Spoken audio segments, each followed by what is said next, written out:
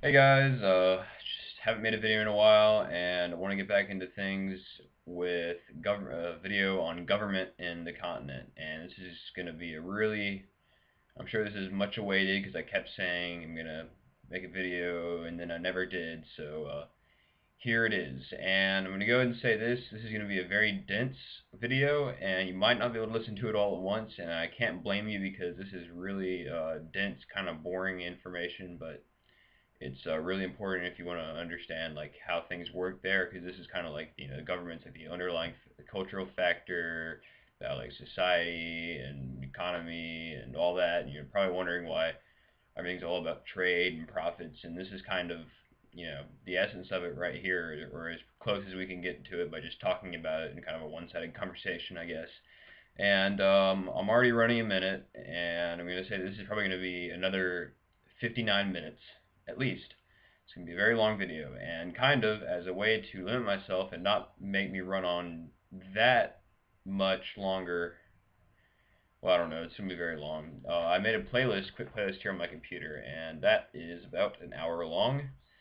And basically, if I run out of information before the playlist ends, well, then that's good. Then I can stop right there, and I don't have to finish the playlist. But if playlist runs out before I've run out, well then good that, because it'll be a good stopping point.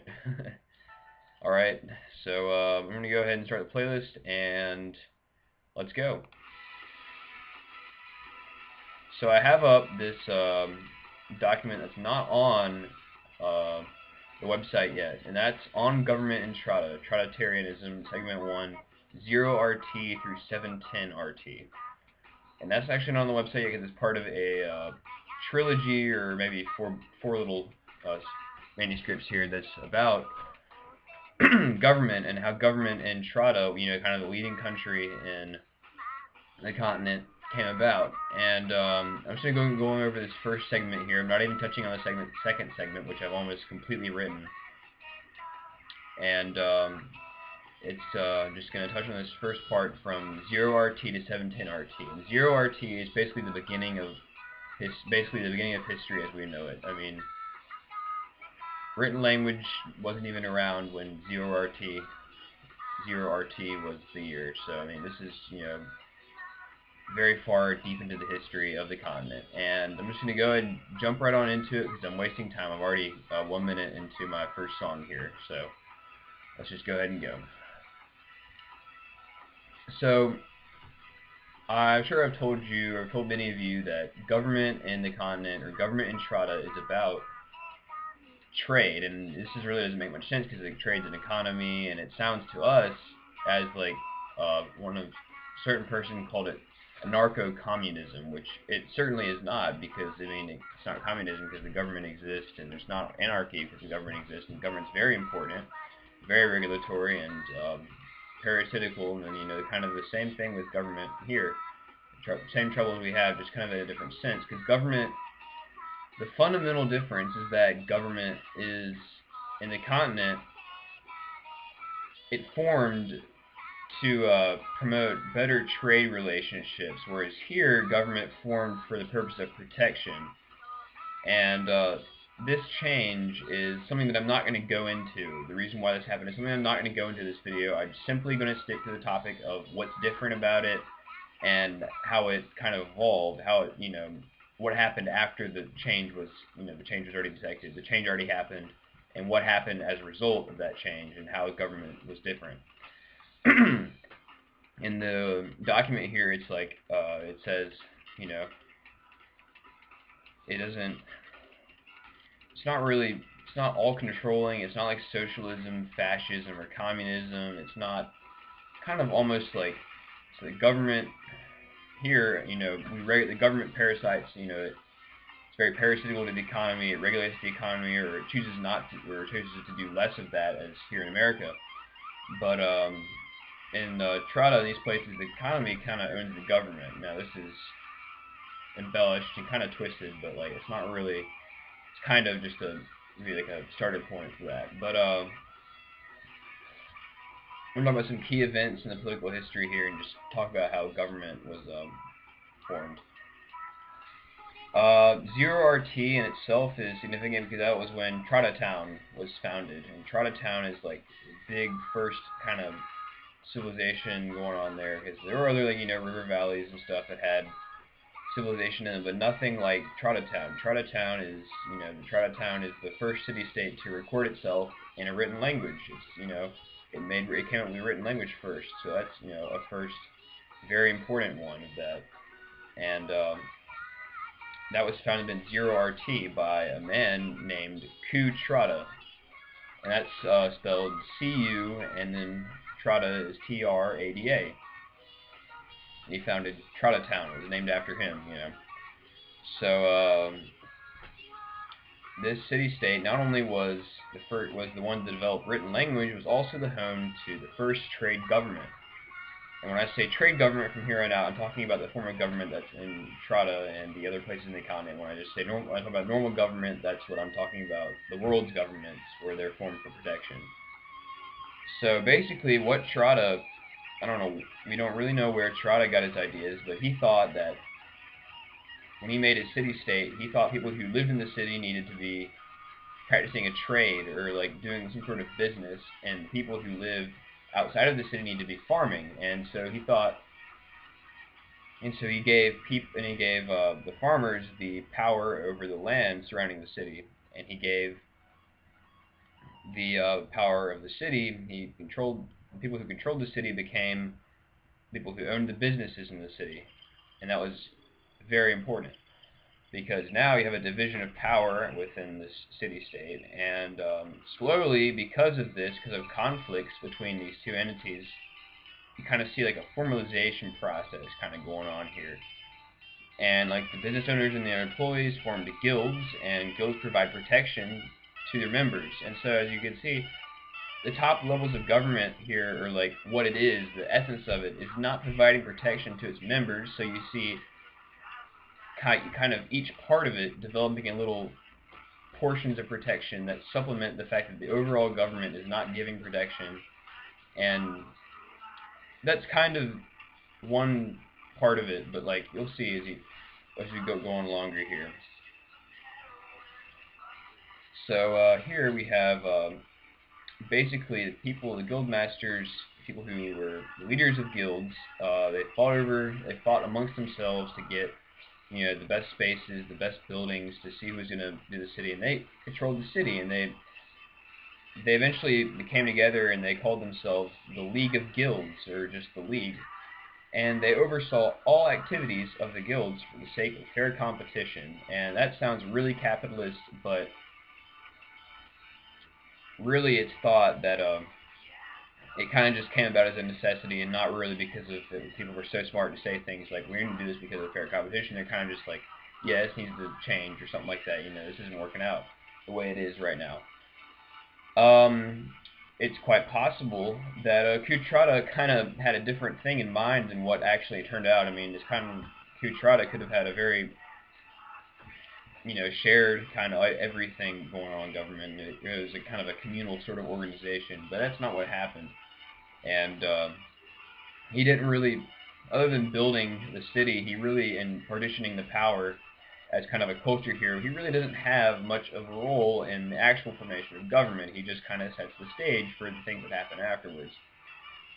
And this is all in, the initial RTs. It's just zero RT, and then you see just development after that. The farmers who lived outside the city, the people who weren't in the city, formed an organization similarly to master policy amongst themselves. And really, the farmers, it was more, they mastered this policy and everything, but we think that the farmers, had they been left alone, they wouldn't have really formed much of an organization amongst themselves. It's that the fact that it was kind of farmers, they're not really, the way that the economy is with the farms, there's not really like bickering guilds. There's not really that many different types of farmers, and there farmers who farm different crops. But think about it: we're all living here in kind of a city-state here. The farmers are all farming similar kinds of crops. They're not doing too much different, and so there's not really that much argument between the farmers. And so you don't see the rise of separate guilds like you do in the League. You see basically like kind of like the one wise man or whatever who kind of takes control of all the farmers, and he becomes the Trada farmer, which is kind of a title. And his main job is really just to kind of provide advice to all the farmers. He doesn't really wield that much power, but his important job is that this is how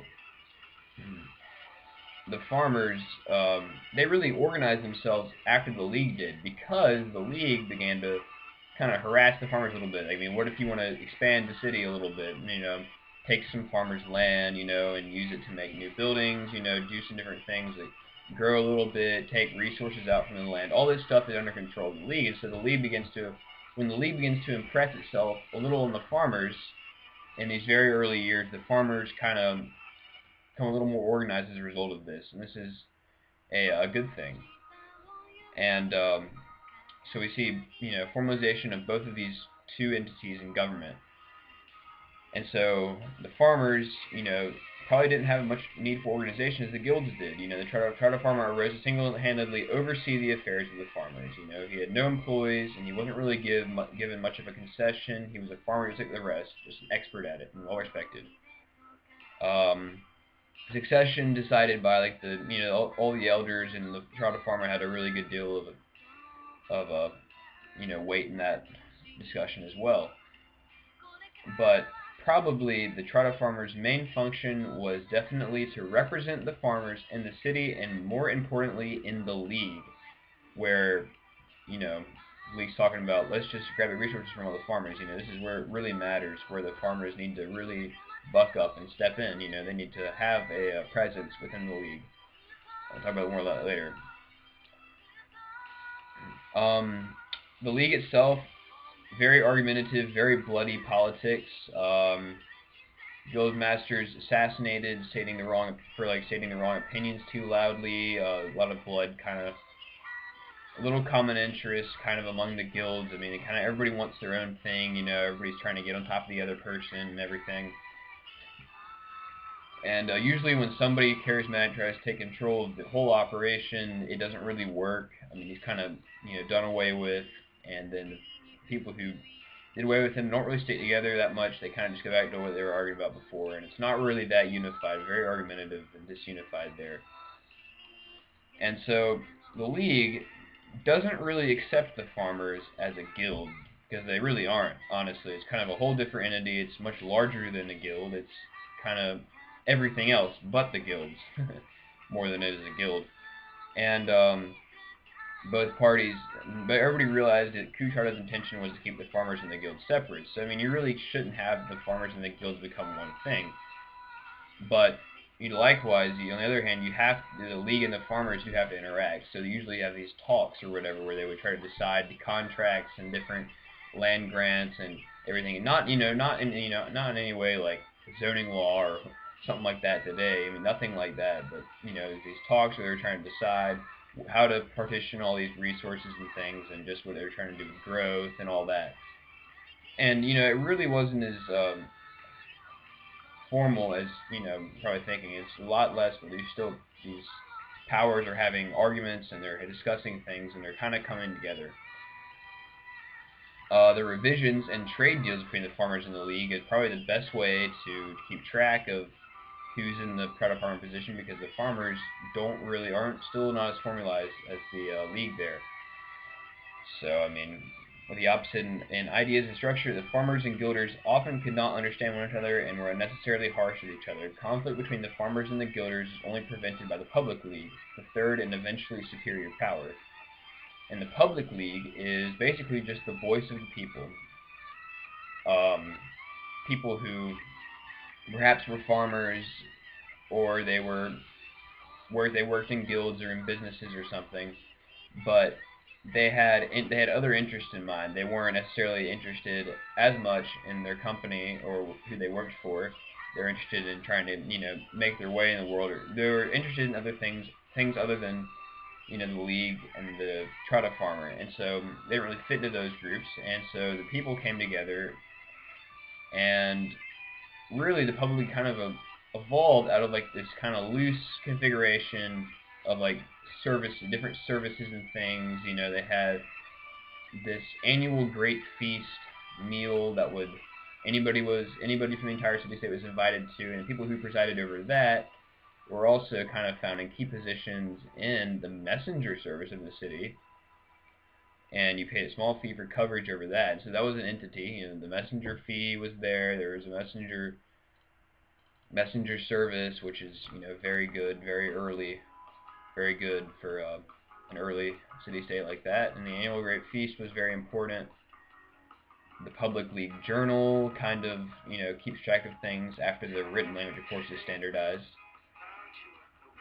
And slowly, the people who, you know, administer these different things kind of come together to plan these things out better, and then the voice of the people is slowly, you know, projected into these things. Because it's just the thing, it's not either of the other two things. It's, you know, it's whatever is left out.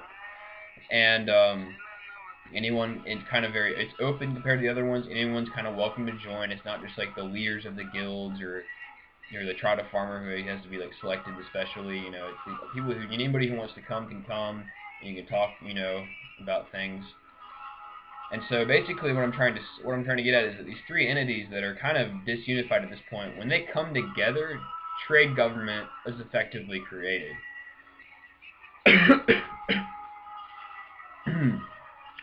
The League of the Trada Farmer already had these, you know, trade deals worked out, and then they're increasingly fought over, and then there was really no groundbreaking changes, however. I mean, there's not really anywhere to go, and so it kind of just gets more tempered and more annoyed with one another. You know, you just kind of get, you know, fighting more and more. And so the economy and daily life in the city-state began to suffer. You know, the farmers went through periods where they would not sell anything, not trade with the city, and, you know, likewise, or vice versa, the city would go through periods where they would just boycott the farmers. And so a lot of businesses at this time were closed down, and there was something, and it was very, you know, there were riots and, you know, kind of food shortages, and there kind of the economy and the social structure of the city-state began to falter because of the fighting between the farmers and the League. Even though it wasn't really that bloody, it's kind of just like tearing the city-state slowly apart. And in 146 RT, the Public League decided to start buying their goods from the Second Alliances west of the Inkscape River. And this is a very important change because ultimately it ends up causing development in the Seconds. And the Seconds are they're less developed. They're not as developed as Trada-town. They're just you know, agricultural people. You know, they have a civilization, but it's not anything. You know, it's not dynamic and like, you know, it doesn't really have a city like, you know, Trada-town does. It's just agricultural, and yeah, it's just another civilization. It's not really that important. There's just these second alliances that kind of these tribal alliances that end up being less tribal and less, you know, clan-based to become more like political, and that ends up being very important to the history, which we'll talk about. And so 146, the Public League began to start buying their goods from the Second Alliances west of the Inkscape River. And this is very important because earlier in 79 RT, the Trada-towners had outlawed trade with these people because they wanted to encourage domestic trade amongst the League. You know, because of, you know, business began, you know, another economic downturn, probably because of like a famine or something. We don't know exactly. Ends up causing trouble, and so this is a measure that puts, you know, vigor back into the economy in Trada-town. This is just another thing. And this is 79 RT, and so they go back on this deal, which is like nearly 70, nearly 70 years ago that this is put into effect. And so this broke this 70-year rule, and this is a very major thing. I mean, imagine that you're accustomed to a certain law that you have in place for 70 years, and you just kind of go out and break it like it's not really mattering or anything. And sure, the Public League was pushed to extremes because, you know, the city was kind of failing at this point. And so 146, you know, that law is broken, and this is not an action that's taken lightly by the League and the Trada Farmer. And so After some time, the League and the farmers agree to settle their differences and concentrate on the founding of a lasting deal between themselves. In 147, the deal had been set, and the government of Trada-town was complete. And basically, this kind of like establishes a set system for the way things are, and kind of just unifies everybody together even more, because the Public League is presiding over these talks, is presiding over all this stuff, and becomes kind of the administrative leader of these two bodies, the administrator of these two bodies. And so, anyways, that's kind of how it forms. These three governments kind of come together, these three entities kind of come together to create a government in the city-state. And after the government is established, each of the three groups went through a careful inspection and a reformation. You know, all this, everything is kind of formalized and just further set up to be a real government kind of structure to administer everything more directly, and it just really undergoes a transformation at this point and becomes a real government. That's just what I'm trying to make you understand. And so the Public League, you know, basically becomes, you know, the censors and the leaders of the new government. The League was to be kept in check by the League Master, a new position very similar to that of the Trada Farmer. So the Trada Farmer is literally taken out of his place and put into a new position called League Master, which literally watches over the League. So technically the League are the businesses that are the core of trade government. Notice it's called trade government, or actually put at the bottom at this point. And the League Master, who represents the farmers, is leading them, and the Public League is kind of, you know, up here looking at all the stuff these people are doing and making sure it's you know, legitimate and not a big deal. The city and farms are no longer equal in government, which is an upset, and it's in kind of, you know, violation of Trada's principles, but we'll come back to that at some point, maybe episode 2, if this is going to be a series. I'll come back to Trada's principles and why they mattered, and people who began to take Trada's principles very seriously and people who didn't. But often the League Master would form an alliance with some of the League members and take control of the government, so it could be used in favor of the lower two parts of the government. The Public League, the leaders of things, were seen more as a mediator between the League and the League Master by many. And this is going to be a common trend. The top level of government is really serves more as a mediator between the other things than it is really a leader. So this is a common theme in these trade governments here. The city saw the League as the representatives, and the farmers saw the League Master to be their courier. The three groups underwent some small transformations. The three groups retained their original duties as well as adopted new obligations. The Public League kept its messengers in its journal. The League watched over the activities of the guilds and argued with one another. The League Master continued to be the resident expert among the farmers and represented them in the League discussions. Together, the government of Trada-town created the first writing system by 152 RT from symbols used in trade records. And this is, you know, very important as well. You know, and this is really the first big accomplishment of the trade government created in Trada-town. And so this is basically what's, you know, come to be known as universal glyphs, and that's, you know, the logography. That's very complicated, and that it's really hard for me to speak because I don't have memorized the entire symbol, everything, all the symbols. So that was kind of the merchant language for a long time. And it's now kind of seen as the international language of the continent because everybody speaks it because of, you know, trade, you know. So the three cooperated to build up the city further as the population grew and to expand the irrigation system as more expansion became necessary. So you see kind of a little more growth happening because of the unity in government. It becomes easier to grow a little bit. So they come to dominate an area, the entire area just south of the Orfontengat Mountains, just east of the Biscay River. And I want to stop now and talk about how the people see the government. How is the government seen by the people? So the people see the government as a module to keep the goods flowing and the economy healthy. So it's basically like, make sure that I can survive, you know, my food and my water and shelter is provided by the economy, and so the government is supposed to be like a check for that. And so this became the idea slowly of a trade government. though we do see some different currents throughout history. Government's job did not involve the creation of a military, so really fighting, wars and things really isn't a big important thing. It's mostly just about making sure that the economy is good here. Court guards, of course, they had guards and things. Everybody does, guards were used to keep peace if institutions started arguing.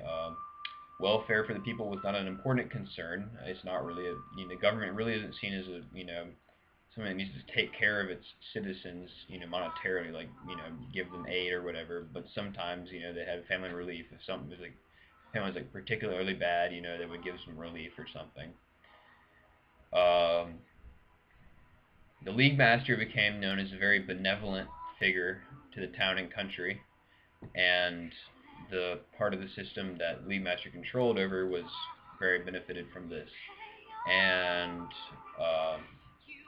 if one was in trouble, one could turn to the League Master for help, and the League remained largely fragmented. Factions kind of, did form a little bit. Multiple League Masters collaborated together, or Guild Masters collaborating together within the League, especially in poor times and when, kind of the harvest is bad or something, and they're just, the economy wasn't doing too well. They were able to push through together, but factions did form a little bit, but it never was completely unified. And this disunity contributed to the general cleanliness of the officials there, so that's kind of a check for them that they were so disunified. The openness of the Public League kept their activity in check, because anybody could go there, anybody could see what was going on. Public League Journal remained pretty kosher, so to speak. The government was allowed to function as a monitor for the economy. Over-involvement was strongly rebuked, and imposition on culture or people's lives was considered unacceptable. And there was no real law code developed at this time. Crimes, except for stealing, fraud, embezzlement, and others dealing with unfair trade, were not really dealt with by the government. Families were at this time very important to peace in the community. And if you stole something, or if you did some sort of unfair trade thing, the government will really get on you for that.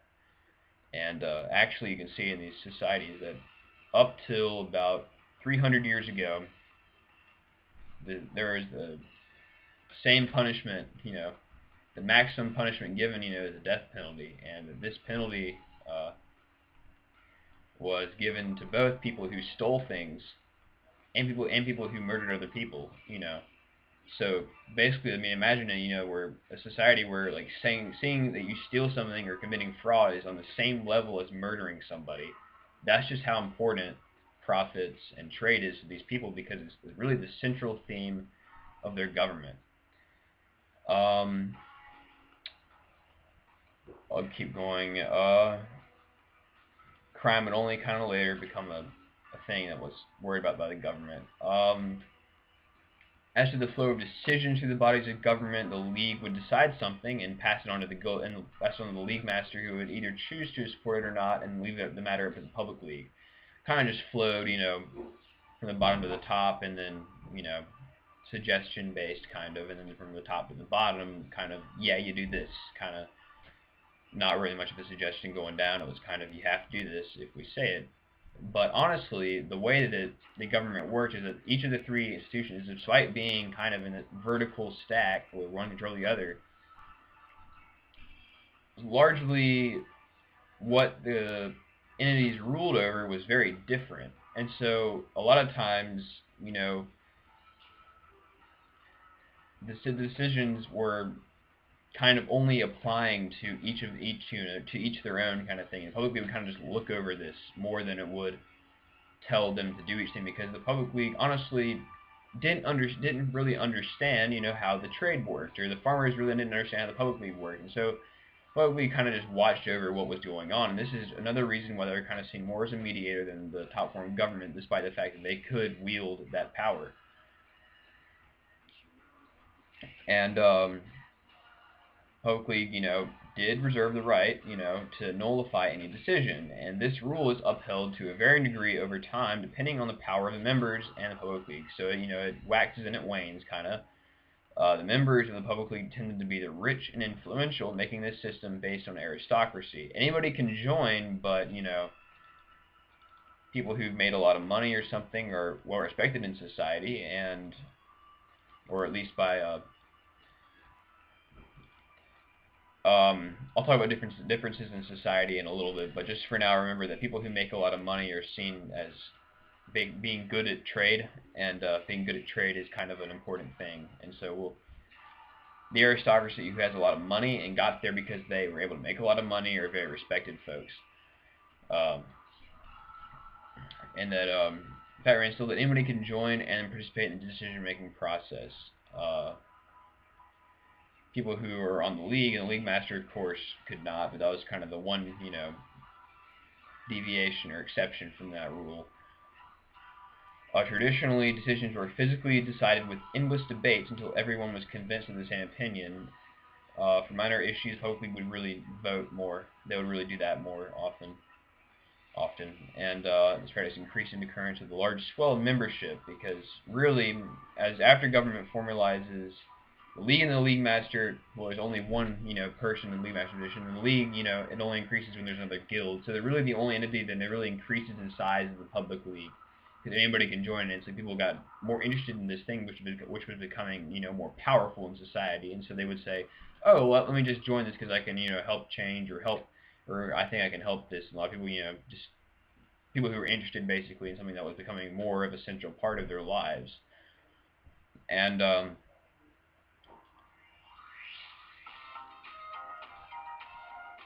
so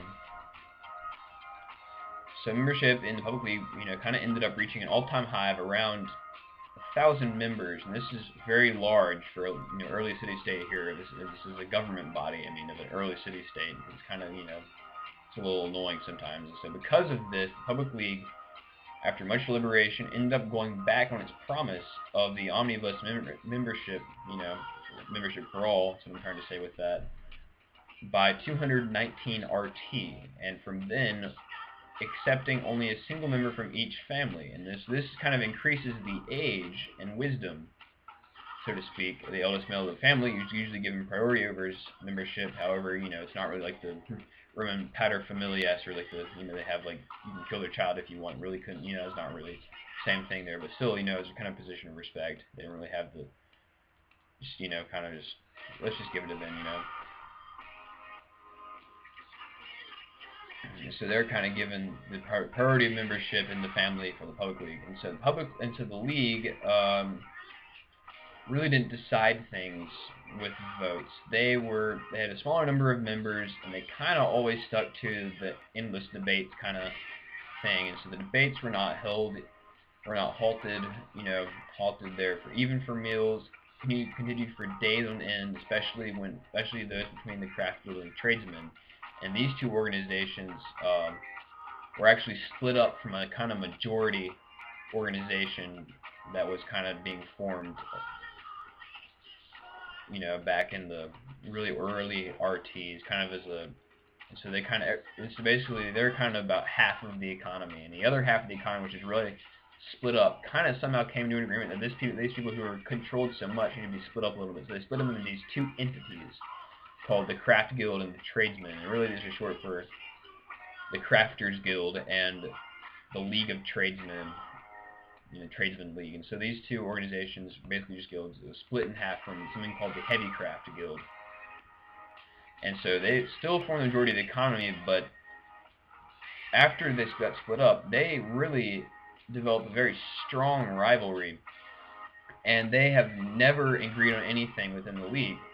The organizations, they still exist today, and they're very important still in society, and they have very much of a weight in things, in places especially that are controlled more by guilds, like in a city called Trada City, basically. That's in really the place of where this Trada-town was.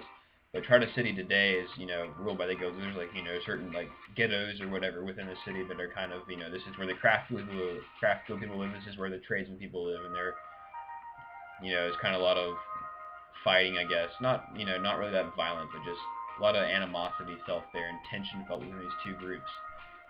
and they only cooperated one time during the 1400s YDY, and we'll talk about that in probably a lot later. But that's a very important time, and really just talking about all guilds and the concept of guilds. But oftentimes the guildmasters would have their food sent to the league during debate so they could continue unfazed. It became a common practice to organize the top officials of each guild so that a replacement could relieve the debating member about every 6 hours. You just have kind of a relay set up there, so you go home and sleep, and then your replacement comes in to debate for you, via proxy, and then you go back after that break.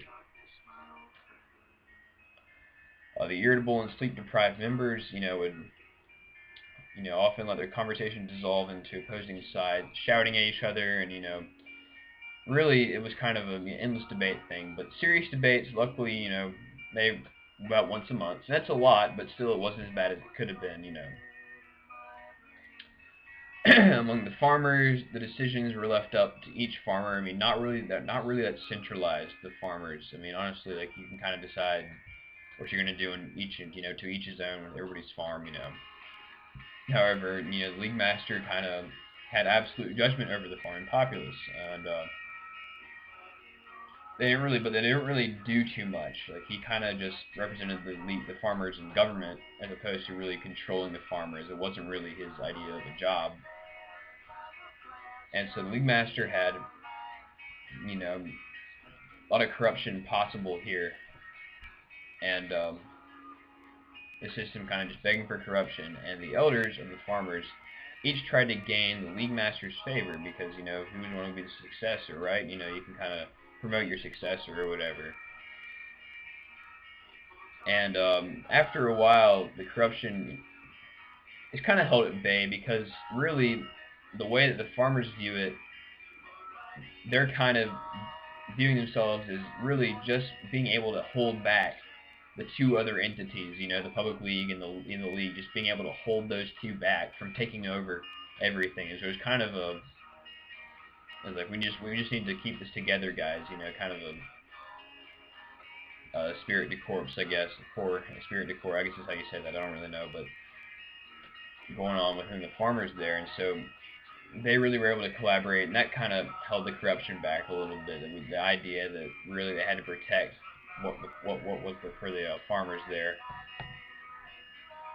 So that was the deal. And so really the farmers are very important in these early trade governments, and they become the most important going into the Central Empire. But we'll get there, and you'll see how things change a little bit.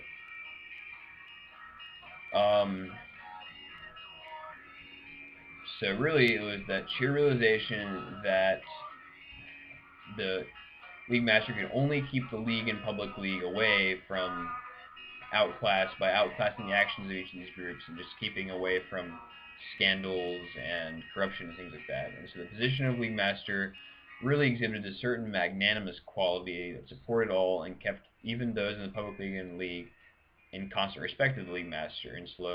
And slowly we see that the farming part of government, the league master, became the remaining strong branch of government, as the rest kind of faded into, dust or whatever. And so really the results of the change in government, creates a stronger government. But now we'll talk about how this particular society ended. And really, I jump back to what we talked about in 219 RT, where they started only accepting a single member from each family there. And that's very important, because the aforementioned decision to limit membership of the public league, or one per family, made the body of the public league much older and more wise. And so that's a good thing, right? But it's kind of made it more conservative, and they're kind of less willing to change their policies and things. And that's important. It kind of makes it vulnerable to obsolescence, and contributed to an increasing loss of dynamism from within the city-state. And so Trada-town was less quick to advance after this, and considerably as compared to the actions of Trada-town before this decision.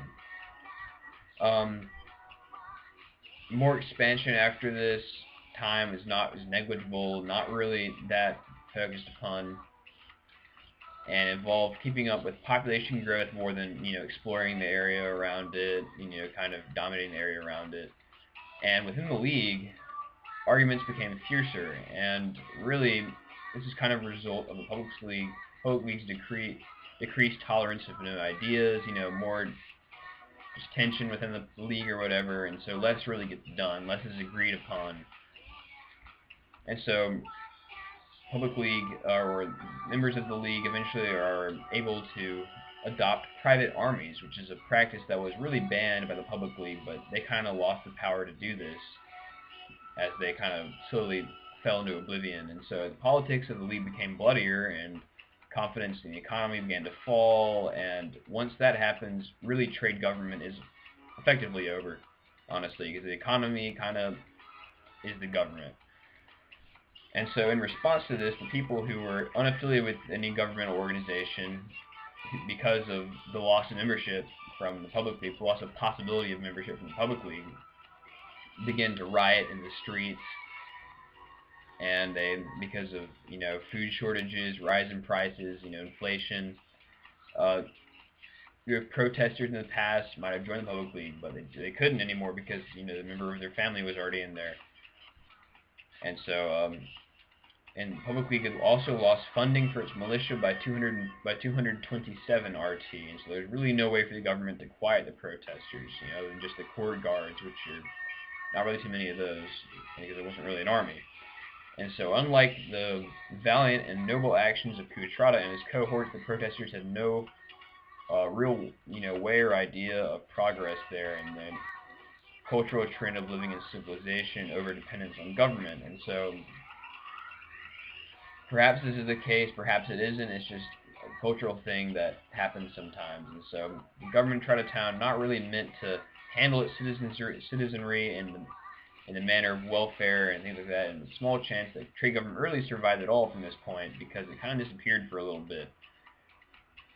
And because of the league and public league, they became more increasingly backward, and the league master quickly became the only one with enough power to reckon the government. And so the farmers become like the last strong branch. And this is going to be a trend we see throughout this era, basically, throughout these eras here, where the farmers are kind of, they end up being the last branch to still hold power. And League Master is kind of distracted by other problems, like people acquire the benevolence and magnanimous qualities of the League Master, which they so depended upon in these times of famine and things, and so really he gets wrapped up in all that. And we think that perhaps League Master would have eventually taken power and created a Trada Empire in his name, perhaps. It would not have, in any case. 245 RT, we begin to see violence among the second civilization to the west of the Ubiskay River, which is mentioned once before, with about 79 RT, when the trade pact, outlawing trade with them, was agreed upon and broken about 7 years later. So basically 100 years after that, the Grafu seconds, the alliance that was closest to Trada-town, the ones that traded extensively with Trada-town, were beginning to show signs of, aggression to the other seconds, and really there were three key groups of seconds that were living near the Ubiskay River, which are probably a little more civilized by their surrounding people, or surrounding seconds, because they lived closer to Trada-town and they had trade with it, and so not really much of an influence there, but it caused the creation of a bit larger political units, a bit stronger political units that really didn't follow the governmental, social, economic trends in Trada-town, but were influenced in that they had larger political units, more power really in the region. And so there's the Ubiskay seconds, and that's where the name of the river, the Ubiskay River, comes from. They live right on the river. The Grafu seconds also live on the river, but they're kind of south, and they're a little bit closer actually to Trada-town. And the Mech seconds are also a little farther west there, and they're actually larger than both of these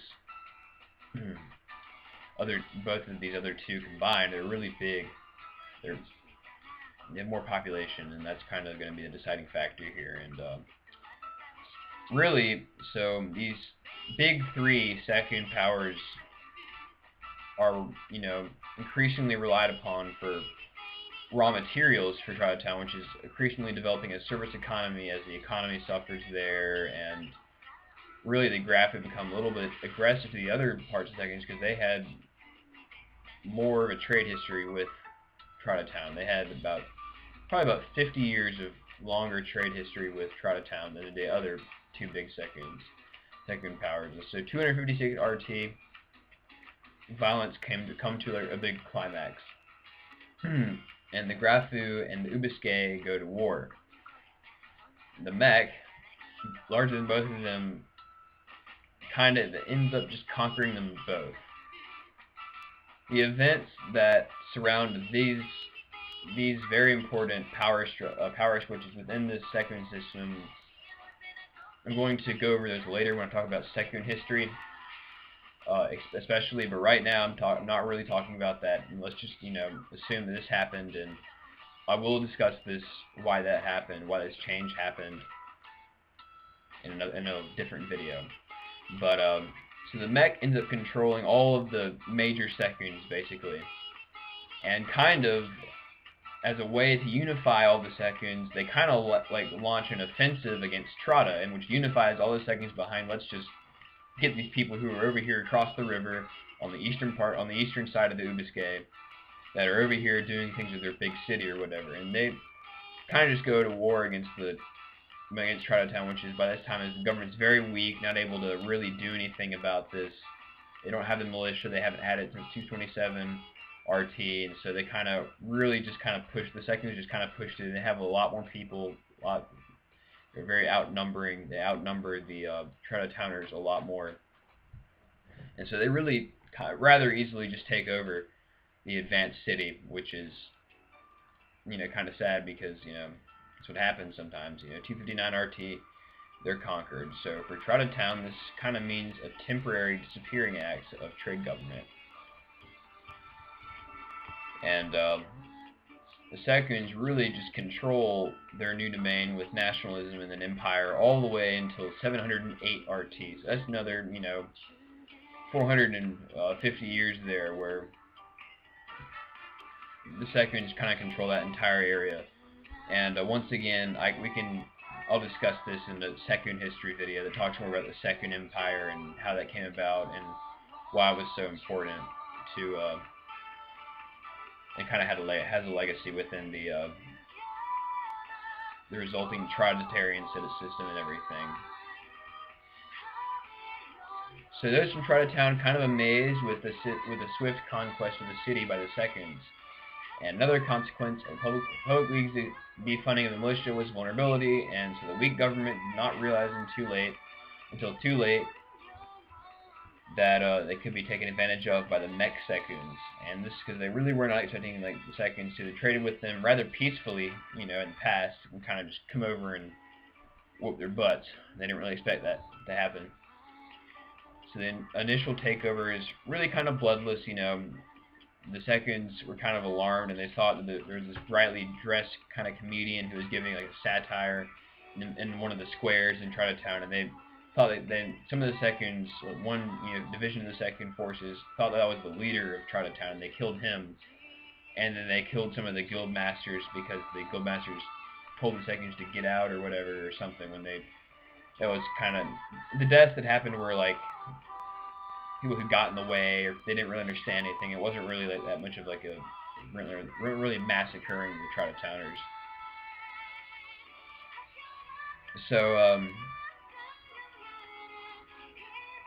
really the city was stagnated with the second domination, and then slow progress kind of only after that. So really trade government kind of disappears until 708 RT. Or really not that, but 647 RT, and that appears again in Yardsvillage. And so, quick little thing in the Second Empire. So during the rule of the Emperor Arling Mech of the Second Empire. The Great Second Empire hits its peak, basically, and Arling Mech curbed unsustainable growth, and he subsidized the use of iron and tools and arms until the subsidies were needed no more, expanded the old public league master system to encompass the entirety of his empire, and invented the ring road and placed it around his capital at Dahlia, and he forged ahead military technology. However, all empires must fall, and it was not really too long before the Second Empire faced suffocation and decline. And it was in the time of decline that when many people looked outward into the world for new opportunities, a trader by the name of Nunkyard set out in a small raft down the Ubisque River to search for new peoples to trade with. He failed in his search for new peoples, but he found instead a nice set of rolling hills with tall grass, and that is the lower Ubisque River Basin, which is down, you know, just north of the Mortmain Mountains, and kind of a little, you know, slightly northwest of the Mortmain Mountains there, and directly north of like where New York Port Cities is today, and really where Yardsvillage is today, and Yardsville, I mean, and that's what he ended up creating. And so, really, it became kind of a diaspora community for other Traders, people whose ancestors lived in Trada-town, and it kind of started out as a kind of a southern, you know, outpost of the Second Empire, but slowly became not really that, became kind of its own thing, because the Second Empire never really expanded much south of the upper Ubisque River Basin. And so that was mainly their domain, and they really didn't worry about the events of Yardsvillage. It was just a trading partner for the majority of the time. And so really, soon the place was not even considered to be part of the Second Empire, and a government much like that of Trada-town soon rose. So basically, once again, we're not really sure whether Yard or any of his descendants had a Trada-town style of government in mind. However, much like in Trada-town, the three entities kind of rose up. The Consul, which is the Consul of businesses, really not, let me rephrase that, Consul of guilds, basically, which is the League from Trada-town, and just, you know, stylized differently. The Consulor, which is just the League Master, you know, stylized differently. And the Public Consul, which is just the Public League styled differently. So once again, the Consul was an organization, you know, of the guilds, designed to promote fair trade, and once again the Consul was a sole representative of the more unified farmers. You know, once again we see the, you know, current of disunity within the trade center of the city, with the league or the guild masters arguing over things, and, you know, the farmers kind of agreeing on more, really. And so the domains of control, you know, exhibited by each of the entities were much the same. You know, most important concepts from Trada-town were kept, you know, including that the matters of the city and the farms are separate. So once again, we have like the city in the center, you know, ruled by the League. You have the outside, the outer part of it, the hinterlands, where the farmers were, you know, taken care of by the League Master, or the Consulor, as it is now called, in Yardsvillage, this new city-state. And really, the differences here, the main one is that the three institutions were seen as much more equal in power in Yardsvillage than they were in Trada-town. Really, not much left of that structure where the Public League is at top and the League Masters and the League. More just kind of like a slight, you know, leading of the Public Consul over the Consul and the Consulor. And the Consulor really doesn't really do much with the Consul. It kind of just two groups mediated by the Public Consul. And important differences between the governments of Yardsvillage going on is that the government much more outward looking than sedentary Trada-town. Not to say that, you know, they didn't expand. Really, they did expand, but it wasn't really that much of an exploratory kind of thing. But really, the expansiveness that we see in Yardsvillage is different. It really is in the interest of the entire city-state. The Yardsvillage government was less powerful. It really had less control over its over its hinterland, so to speak. A lot of people kind of consider themselves not really to be living in Yardsvillage, but kind of just like following the things that were going on there. And so that we see, like, you know, a lot of expansiveness and like style and society and culture of it, but really the government doesn't control all this land that's being lived in and dealt with like as if it were. And despite this, you know, the Yardsvillage, you know, came there to escape the Second Empire, and which is very centralized compared to Trada-town and Yardsvillage, and so they wanted really little control of their affairs. They didn't really want government to come messing around with them. And so, you know, people who lived outside of Yardsvillage, you know, were not really under control of the government, and it took much longer for the farming party government to form. And also had much trouble expanding its borders, you know, because of this, even though people were living, you know, farther out.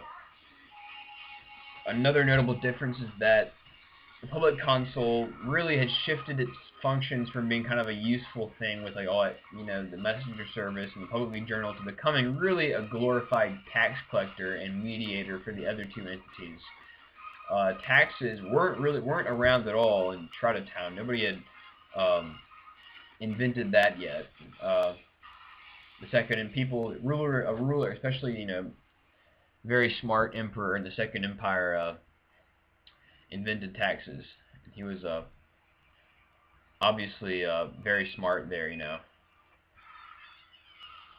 And so taxes, they kind of solidified the public console's place in government, but they became the only thing that it has, you know, that it has like a function, and so it really ends up, you know, kind of making its position look bad, you know, from the citizenry of Yardsvillage there, and so it doesn't really look too good, you know, kind of being more of a bully now, and so it's not really, that kind of ends up setting up Yardsvillage for its eventual decline. But there is a good period of time where it does function well, the government of it.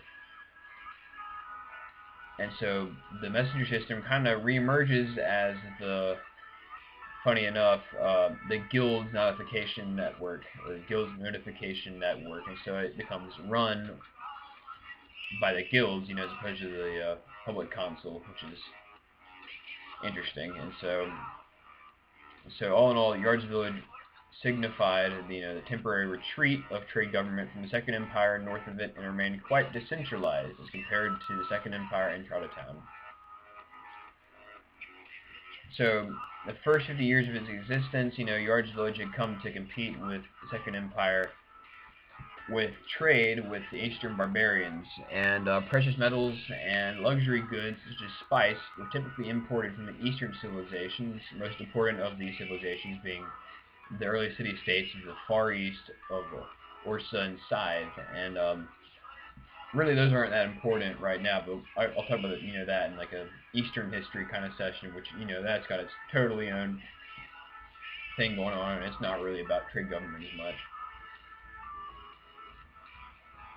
And so the steady flow of goods really started like back in the 300s RT, because when the Seconds conquered Trada-town, they kind of, Trada-town, you know, or before it could make a lot of its own luxury goods, you know, they kind of lost that with by conquering it, because the Seconds really couldn't do any of that, and so there was that power of Trada-town was kind of compromised. So they began to get interested in importing these nice luxury goods from the Eastern, you know, civilizations, you know, and so these luxuries, you know, become more important to them, and they start importing it from the East. And so all the Eastern barbarians themselves were kind of like the merchants between the Eastern civilizations and the Western civilizations across this kind of desert that was the shortest connection between the two, these land trading routes. And they weren't really civilized, you know, some of these are pastoralists, you know, and not as civilized as the agriculturalists of the West. And the Eastern, you know, they really didn't civilize themselves until after the Second Empire ended, and they ended up kind of establishing a Yardsvillage-like city-state near the coast called, let me try to pronounce this correctly, Town. So they make Town. And up until its demise, the Second Empire and Yardsvillage increasingly competed over the trade of the barbarians. By these times, the Second Empire was in serious decline and depended on these goods to sustain their economy, while Yardsvillage merely kept up the imported goods as the source of the spices and goods that citizens had obtained as part of the Second Empire. And so this competition eventually leads to failed negotiations here, and not really that good of a relationship between the peoples, and it leads to conflict in the first years of the 700 years of the 700s RT. And really,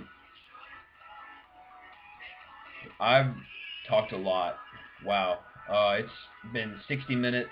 It's been an hour, basically. That's what I'm saying, of me being on this camera. And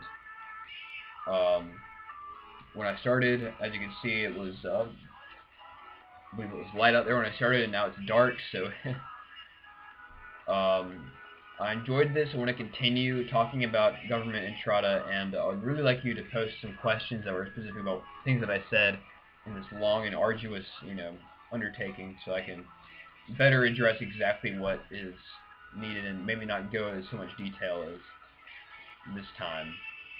So just enjoy the rest of the song.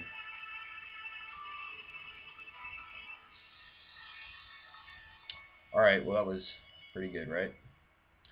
Good night, y'all, and I'll make some more videos soon.